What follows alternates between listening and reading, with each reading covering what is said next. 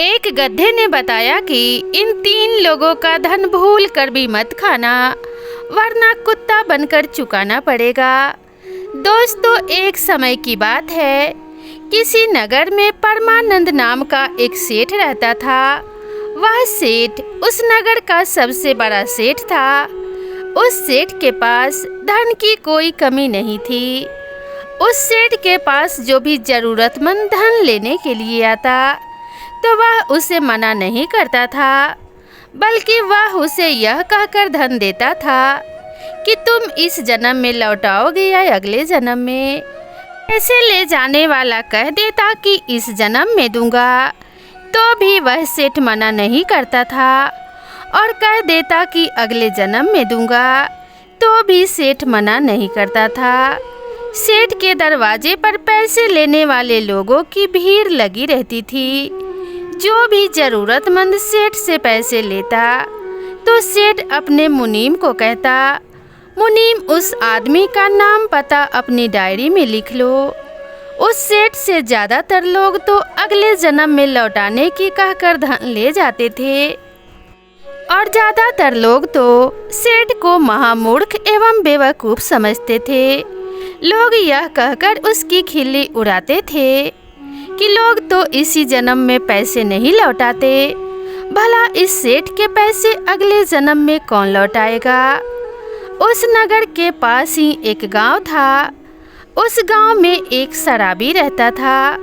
वह शराबी दिन भर शराब पीता और इधर उधर घूमता रहता था। फिर एक दिन उसी गांव के 2 आदमी आपस में बातें कर रहे थे कि भाई, अगर तुम्हें पैसों की ज़रूरत है तो तुम उस सेठ के पास क्यों नहीं चले जाते हो। वह सेठ किसी को मना नहीं करता है। अगर तुम्हें पैसे वापस लौटाने हैं तो इसी जन्म की कहकर ले आना, और अगर नहीं लौटाने हैं तो अगले जन्म की कहकर ले आना। इस प्रकार वह दोनों आदमी आपस में बातें कर रहे थे, और वहीं पर वह शराबी बैठा बैठा उनकी बातें सुन रहा था। उनकी बातें सुनकर वह शराबी बड़ा खुश हो जाता है, और अगले ही दिन वह उस नगर के लिए निकल पड़ता है। चलते चलते रास्ते में ही उसे शाम हो गई। फिर उसे पास ही एक घर दिखाई दिया। उसने सोचा, आज की रात यहीं गुजार लेता हूँ, सुबह उठकर चला जाऊँगा। यह सोचकर वह शराबी उस घर के बाहर गया और आवाज़ लगाई, भाई, अंदर कोई है। वह घर एक कुम्हार का था। कुम्हार आवाज़ सुनकर घर के बाहर आया और कहने लगा, भाई, क्या बात है। तो शराबी कहने लगा, भाई, आज की रात मैं यहीं पर रुकना चाहता हूँ।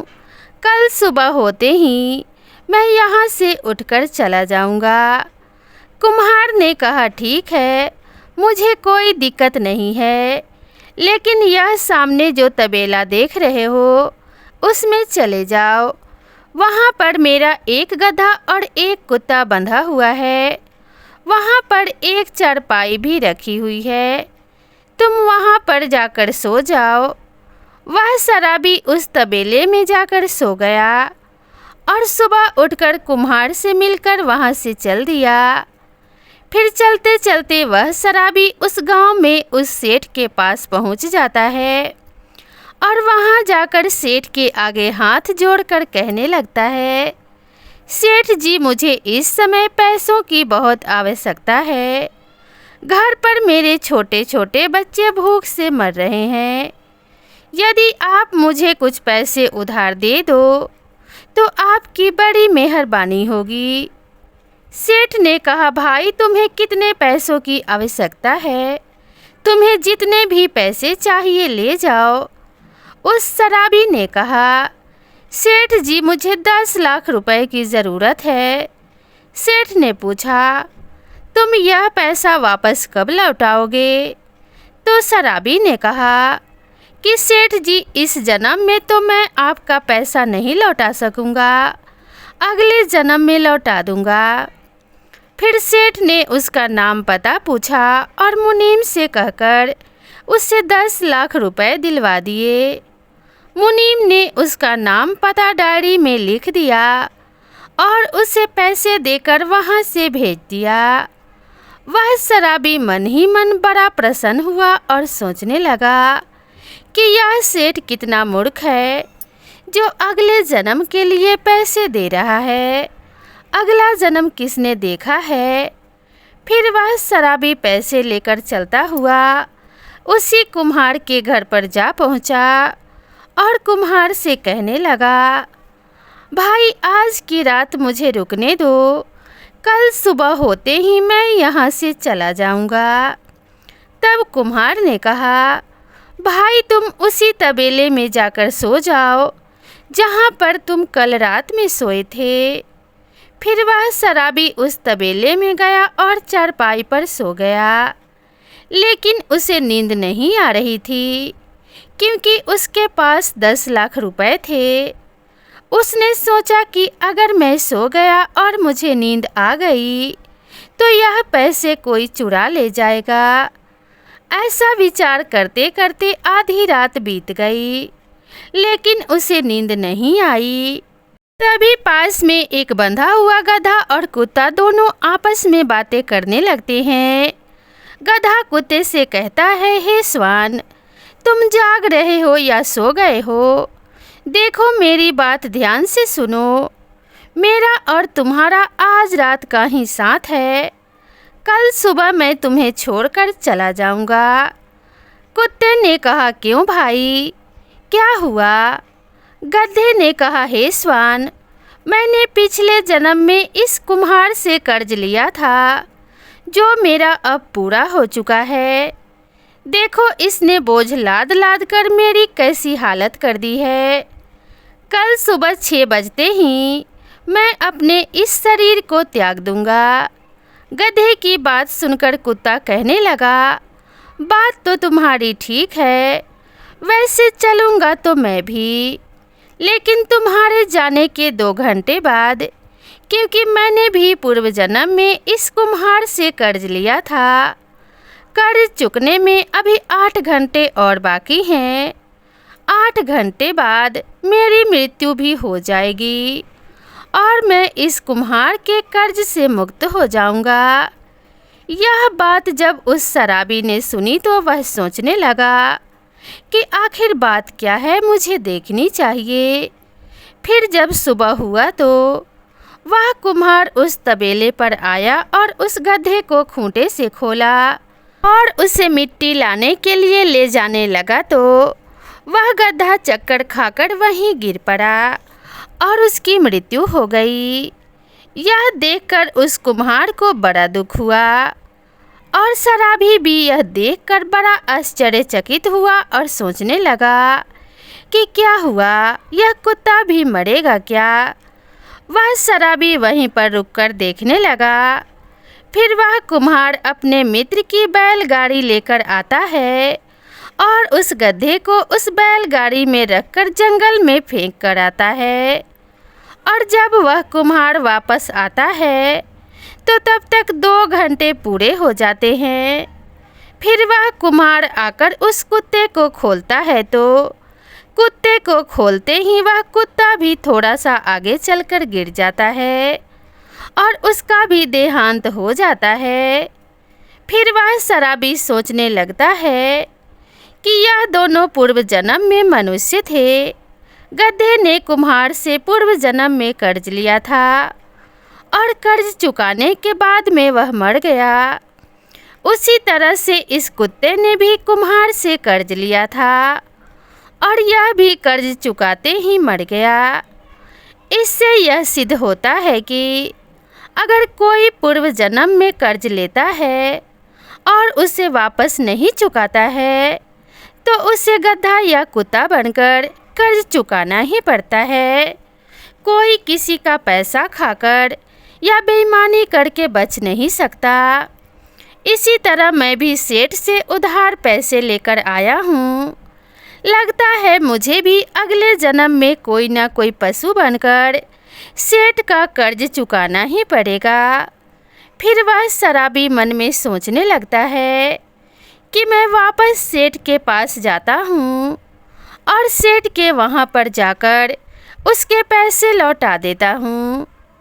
सेठ अगर कहेगा कि पैसे वापस लेकर क्यों आए हो, तो कह दूंगा कि पैसों की व्यवस्था हो चुकी है, आप अपने पैसे को जमा कर लीजिए।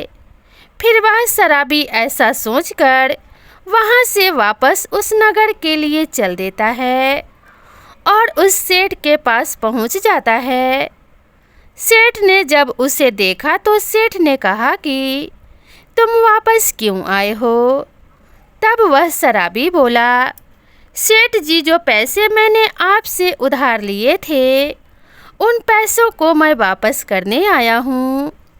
मेरे घर में पैसों की व्यवस्था हो चुकी है, आप अपने पैसों को जमा कर लीजिए। फिर सेठ ने डायरी में देखा तो डायरी में उस शराबी का नाम लिखा हुआ था कि यह अगले जन्म में पैसे लौटाएगा।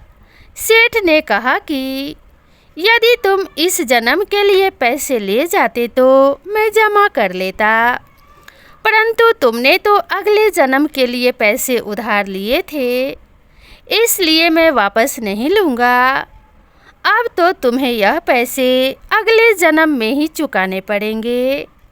फिर वह शराबी वापस अपने घर के लिए रवाना हो जाता है और रास्ते में विचार करने लगता है कि अब तो मुझे इस सेठ के घर गधा या कुत्ता बनना ही पड़ेगा और यह सेठ डंडे मार मार कर एक एक पैसे का मुझसे हिसाब बराबर करेगा। अब मैं क्या करूं? फिर उस शराबी ने सोचा कि मैं इन पैसों को धर्म के कार्य में लगा देता हूं, जिससे मेरा पीछा छूट जाए। यह सोचकर वह शराबी चलते चलते उसी कुम्हार के पास पहुंच जाता है और कुम्हार से कहने लगता है कि भाई, मैं आपके घर के पास ही एक कुआं खुदवाना चाहता हूँ। कुम्हार ने कहा कि भाई खुदवा लो, जिससे आते जाते राहगीर भी पानी पी सकेंगे और पशु पक्षी भी पानी पी सकेंगे। फिर उस शराबी ने वहाँ पर एक कुआं खुदवाया। उस कुएं में भगवान की कृपा से पानी बहुत ही शीतल और मीठा निकला। उसने कुएं के पास ही पशु पक्षियों के लिए पानी पीने के लिए एक पौ का निर्माण करवाया और उस पानी से लबालब भर दिया।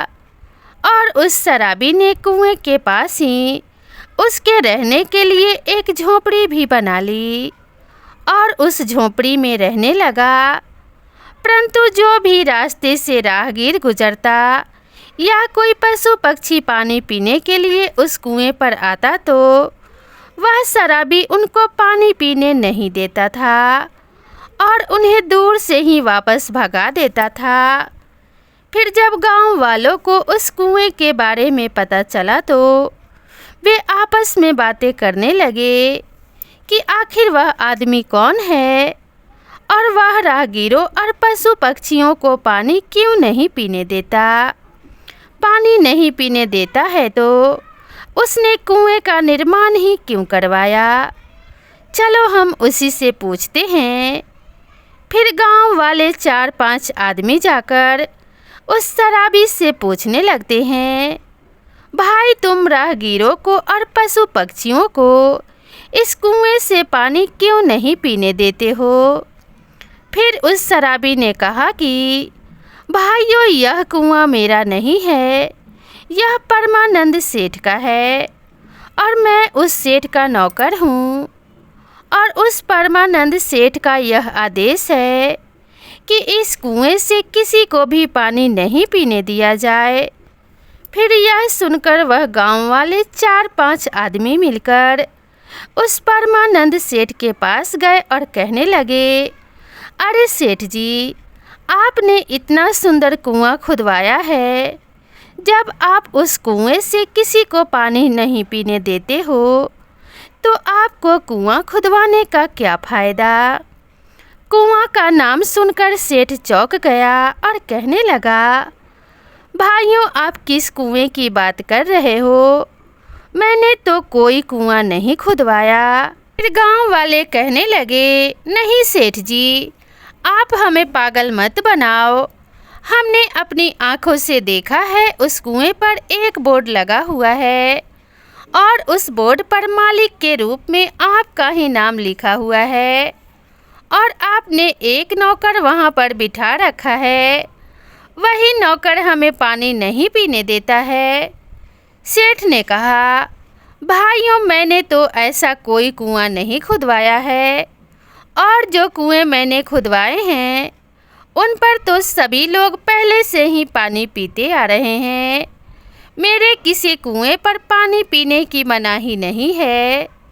फिर गांव वालों ने कहा, सेठ जी, वह कुआं आपका ही है और आप हमें पानी पीने से वंचित करके पाप के भागी बन रहे हैं।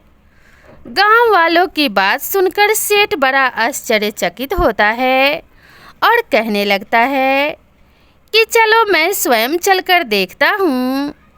अब सेठ स्वयं उन गांव वालों के साथ चल देता है और उस कुएं पर पहुँच जाता है। सेठ ने जब उस कुएं को देखा तो वास्तव में कुआं बहुत ही सुंदर बना हुआ था और वहाँ पर एक बोर्ड लगा हुआ था। उस बोर्ड पर भी उसी सेठ का नाम लिखा हुआ था। फिर सेठ ने उस शराबी को अपने पास में बुलाया और कहने लगा कि भाई, तुम इस कुएं से लोगों को पानी क्यों नहीं पीने देते हो? इसका क्या कारण है? और यह कुआं भी तुमने मेरे नाम से बनवाया है। मेरे नाम पर कुआं खुदवाकर और लोगों को पानी पीने से वंचित रखकर मुझे क्यों पाप का भागी बना रहे हो, जबकि मैंने तो यह कुआं खुदवाया भी नहीं है। तब उस शराबी ने कहा कि सेठ जी, मैं आपसे 10 लाख रुपए अगले जन्म की कहकर उधार लेकर आया था, परंतु वह रुपए मैं घर लेकर नहीं पहुंचा। उससे पहले ही मेरी व्यवस्था हो गई और मैं उन पैसों को आपको वापस देना चाहता था, परंतु आपने यह कहते हुए मना कर दिया कि अगले जन्म के पैसों को मैं वापस नहीं लेता, वह तो अगले जन्म में ही देने पड़ेंगे। लेकिन सेठ जी, मैं उन पैसों को इसी जन्म में देना चाहता था और आपने उन पैसों को लेने से मना कर दिया। अब बताओ मैं क्या करता? इसलिए मेरे मन में यह विचार आया और मैंने उन पैसों से यह कुआं खुदवा दिया। पैसे तो आपके ही थे, इसलिए मैंने आपका नाम लिखवा दिया। अब मैं इस कुएं से किसी को भी पानी नहीं पीने दूंगा जब तक आप उन पैसों को माफ़ नहीं करोगे और अपनी डायरी से मेरा नाम नहीं काटोगे। तब तक मैं आपको ही कोसता रहूँगा। यदि आप मेरे उन पैसों को जमा कर देते हैं तो मुझे कोई हर्ज नहीं है, चाहे कोई भी आकर पानी पिए। यदि आपने पैसे जमा नहीं किए तो फिर मैं किसी को भी पानी नहीं पीने दूंगा। यह सुनकर सेठ भी बड़ा आश्चर्यचकित होता है कि इसने तो बड़े ही दिमाग से काम लिया है। फिर गांव वाले सेठ से कहने लगे कि सेठ जी, यह तो बहुत ही अच्छा आदमी है। देखो, इसने कितना सुंदर कुआं बनवाया है। सेठ जी, आप इसका कर्ज माफ़ कर दो। फिर सेठ उस शराबी से कहने लगा, देखो भाई, मैं तुम्हारे अगले जन्म के पैसों को तो माफ़ नहीं कर सकता। तब वह शराबी कहने लगा, कोई बात नहीं, मत करो माफ़। मैं किसी को भी पानी नहीं पीने दूंगा और इस पाप के भागीदार जिंदगी भर आप बनोगे। अब आप ही सोच लो कि आपके नाम से कितना अपराध होगा। फिर सेठ को वह बात समझ में आ जाती है कि मेरे ही पैसे हैं और मेरे नाम का ही लोग दुरुपयोग करेंगे और मैं नरक का भागीदार बनूंगा। सेठ कहने लगा, कोई बात नहीं, मैं तुम्हारे पैसों को अभी जमा करता हूँ, परंतु तुम इन गांव वालों को पानी पीने दो और पशु पक्षियों को भी पानी पीने दो। आज के बाद से तुम किसी भी राहगीर को और पशु पक्षियों को यहाँ से नहीं भगाओगे। इस प्रकार सेठ ने उस शराबी के पैसों को जमा कर दिया और उसकी डायरी से उसका नाम भी काट दिया। फिर वह शराबी बहुत खुश होता है और अपने घर चला जाता है। उस दिन के बाद से उस शराबी ने ना तो शराब पिया और ना किसी के साथ बेईमानी की। उसके अंदर ब्रह्म ज्ञान जागृत हो गया। अगर हम किसी का एक पैसा भी मुफ्त का खाते हैं तो वह हमें किसी न किसी रूप में चुकाना ही पड़ता है। अगर हम किसी के साथ धन की कोई बेईमानी करते हैं तो याद रखना, उस धन का हमें तो पता नहीं कि उसने कैसे कमाया था। यदि उसने वह धन धर्म के रास्ते पर चलकर कमाया है तो उस पाप का भागीदार उस धन को खाने वाला बनेगा। बेईमानी का धन खाने वाला दूसरों के पाप को भी अपने ऊपर ले लेता है और उस धन को कई गुना ज़्यादा करके किसी न किसी रूप में उसे चुकाना ही पड़ता है। यदि आप भी यह सोचकर बैठ जाएं कि हमें इसका पैसा नहीं देना है तो यह बात निश्चित मान लेना कि जिसका पैसा आप खा रहे हैं या खाया है तो उसके यहाँ आपको या तो गधा बनना पड़ेगा या बैल बनना पड़ेगा या फिर कुत्ता बनना पड़ेगा और उस धन को चुकाना ही पड़ेगा। कहने का तात्पर्य यह है कि किसी न किसी रूप में उसका वह पैसा चुकाना ही पड़ेगा।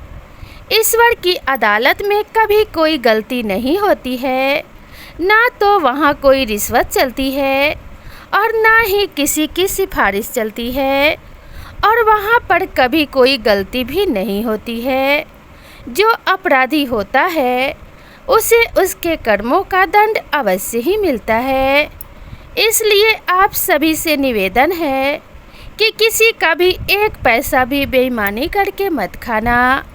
हो सके तो तुम्हारे पैसे भले ही कोई और खा जाए, आप सिर्फ ईमानदारी से रहिए।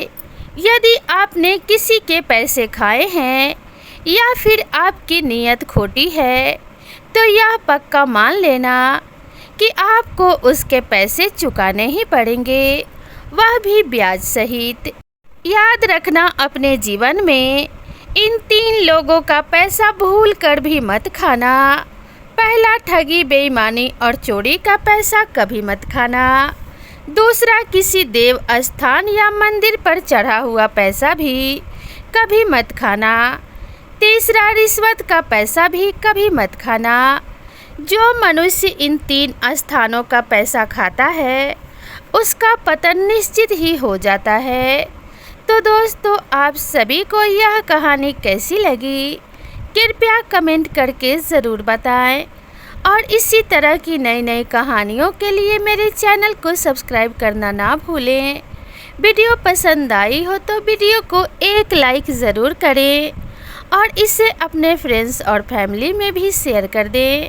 तो मिलते हैं इसी तरह की नई और ज्ञानवर्धक कहानी के साथ। तब तक के लिए नमस्कार।